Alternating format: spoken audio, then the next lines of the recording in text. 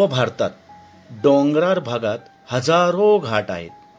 त्यातील काही केवळ पायवाट आहेत, तर काही व्यापारासाठी ओझ्याची जनावरे नेण्यास उपयोगी पडत होती. काही घाटांतून बैलगाड्या जाऊ शकत होत्या. अलीकडे बऱ्याच महत्त्वाच्या घाटांतून मोटारी जाण्यायोग्य रस्ते झाले आहेत, तर काही घाटांच्या अनुरोधाने लोहमार्ग झाले आहेत. पूर्वी महाराष्ट्रातील घाटांच्या संरक्षणासाठी आणि आजूबाजूच्या प्रदेशावर लक्ष व ताबा ठेवण्यासाठी बऱ्याचशा घाटांच्या दोन्ही व एका बाजूस किल्ले बांधलेले आढळतात. मुळात घाटवाटांची निर्मिती ही गडदुर्गांवर लक्ष ठेवण्यासाठीच झालेली होती. तसेच काही गडदुर्गांची निर्मिती ही घाटवाटांवर लक्ष ठेवण्यासाठी झाली. जय शिवराय मित्रांनो, आज आपण घाटवाटा म्हणजे काय याची थोडक्यात माहिती घेऊया. लाखो वर्षापूर्वी जमिनीच्या आत असलेला ज्वारारस बाहेर पडला आणि तो शांत झाला आणि निर्मिती झाली सह्याद्रीची. हा सह्याद्री महाराष्ट्राचे दोन भाग करतो. पहिला कोकण आणि पठार. समुद्रमार्गे येणारा मार्ग कोकणात उतरायचा आणि तो कोकणातून महाराष्ट्राच्या पठारी प्रदेश घेऊन जायचा असल्यास या सह्याद्री घाटांचा वापर करावा लागत असे. चालुक्य, राष्ट्रकूट, यादव, बहामनी, मोगर, मराठे, पेशवा आणि इंग्रज या राजवटीत या घाटवाटांचे अनन्यसाधारण महत्त्व होते. हो, तसं पाहिलं तर गडदुर्गांची किल्ल्यांची निर्मितीच मुख्यतः या घाटवाटांवर लक्ष ठेवण्यासाठीच झाली होती. या मार्गावरील व्यापाऱ्यांकडून जकात आकारण्यासाठी झाली. म्हणजेच या घाटवाटा सह्याद्रीच्या रक्तवाहिन्या होत्या. दळणवळण या घाटांशिवाय शक्यच नव्हते. उदाहरण द्यायचं झालं तर जावळीच्या खोऱ्यामधून जवळपास 15 ते 16 घाटवाटा या कोकणात उतरतात. म्हणून तर छत्रपती शिवाजी महाराजांनी जावळी काबीज केली ती या घाटवाटांच्याच मदतीने. तसेच अगदी व्यापारी नाही तर सामान्य माणसाला कोकणात उतरायचे असल्यास सुद्धा याच घाटवाटांचा वापर करावा लागत असे. किंवा डोंगर, सह्याद्रीची रांग पार करण्यासाठी घाटवाट किंवा खिंड ओलांडूनच जावे लागते. कात्रज घाट, वरंदा घाट, तामिनी घाट, बोळ्याची नार, आग्याची नार, मडेघाट, उंबरखिंड अजूनही या घाटवाटांचे महत्त्व टिकून आहे. गडकोटावर फिरताना सह्याद्रीचा खरा आनंद घ्यायचा असेल, त्याचे सौंदर्य आणि रूप जाणून घ्यायचे असेल तर घाटवाटा हा एक अवशेष वगैरे तुम्हाला इथं मिळणार नाही आहेत. पण हा घाट सुंदर आहे. वरती गेल्यानंतर त्याचा नजारा पाहण्यासारखा आहे. तर आता गाईड जे आहेत आपले आनंदा ते पुढे असतील आणि 8-9 जण सोडले की मध्ये डॉक्टर थांबतील. सगळ्यात शेवटी मी असणार आहे. माझ्या पाठीमागे कोणी राहणार नाही आणि आनंदच्या पुढे कोणी जाणार नाही. आपण सगळ्यांना मिळून एकत्र जायचं आहे. इथं कोणी आपण कॉम्पिटिशन करायला आलो नाही. पहिलं मेडल कोणाला मिळणार जाणार नाही. जो पहिला जाईल त्याला कुठलेही काय प्रकारचं ते जाणार नाही. त्याला पेनल्टी बसेल. आता जाहीर करतो. माझ्या मागे कोणी राहणार नाही. आनंदाच्या पुढे कोणी जाणार नाही.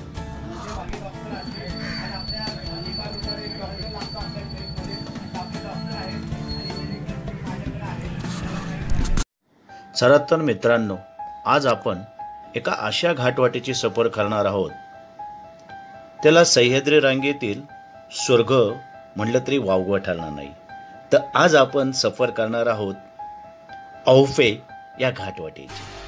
मित्रांनो, देश आणि कोकणाला जोडणाऱ्या सह्याद्रीतील अनेक घाटवाटा या ट्रेकरच्या कायम आवडीच्या जागा असतात. एखादी घाटवाट पकडून भटकताना निसर्ग सह्याद्रीच्या अधिक जवळ जायला होते.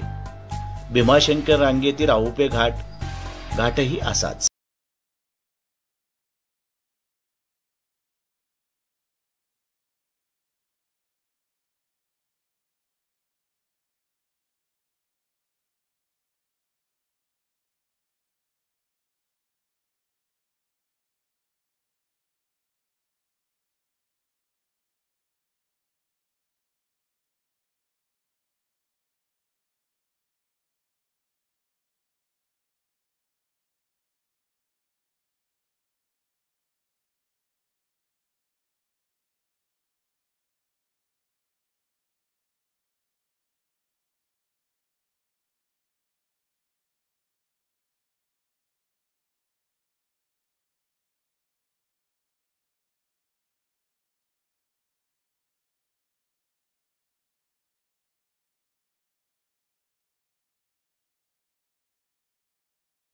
मुरबाड, खोपिवली या मार्गाने अहुपे घाटाच्या पायथ्याशी पोहोचता येते. पायथ्यापासूनचा हा रस्ता पूर्णपणे घरीतून जातो, त्यामुळे या वळणावर तीव्र चढ आणि उतार लागतात. बाजूची खोल दरी ही आपली सोबतच करत असते. साधारणतः 3-3.5 तासात हा थरार संपवता येतो. पावसाळ्यात हा मार्ग जरा धोकादायक असतो, परंतु आजूबाजूचं आल्हाददायक वातावरण बघून आपल्या मनातील भीती पळून जाते. ह्या भागात तसा पाऊस खूपच असतो. पाऊस संपल्यावर आणि हिवाळ्यात मात्र या मार्गावरून जाणं हा सुखद अनुभव असतो.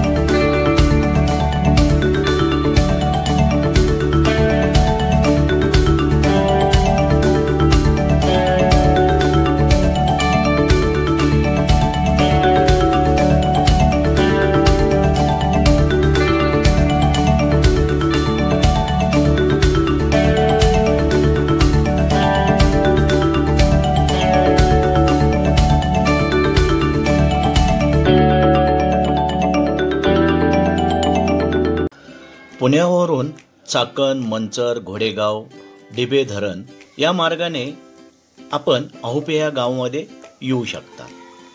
अहुपेच्या शेजारीच एक मोठा कडा आहे, त्याला ढग असे म्हणतात. ऐन पावसाळ्यात या कड्यावरून एक धबधबा खाली कोसळताना दिसतो. स्थानिक लोक याला वाघमाचा धबधबा म्हणतात. अहुपेच्या अलीकडे असलेल्या पिपरगणे गावातून दुर्ग आणि ढाकोबा ही शिखरे सुद्धा दिसतात. अहुपेच्या अलीकडे एक छोटी देवराई आहे, तिच्या अलीकडे खाली घोड नदीचे उगवताच दिसते.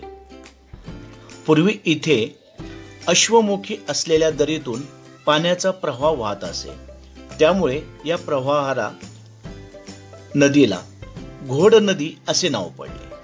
अहुप्यातून कोकणातल्या खोपिवली गावी चालत जाता येते.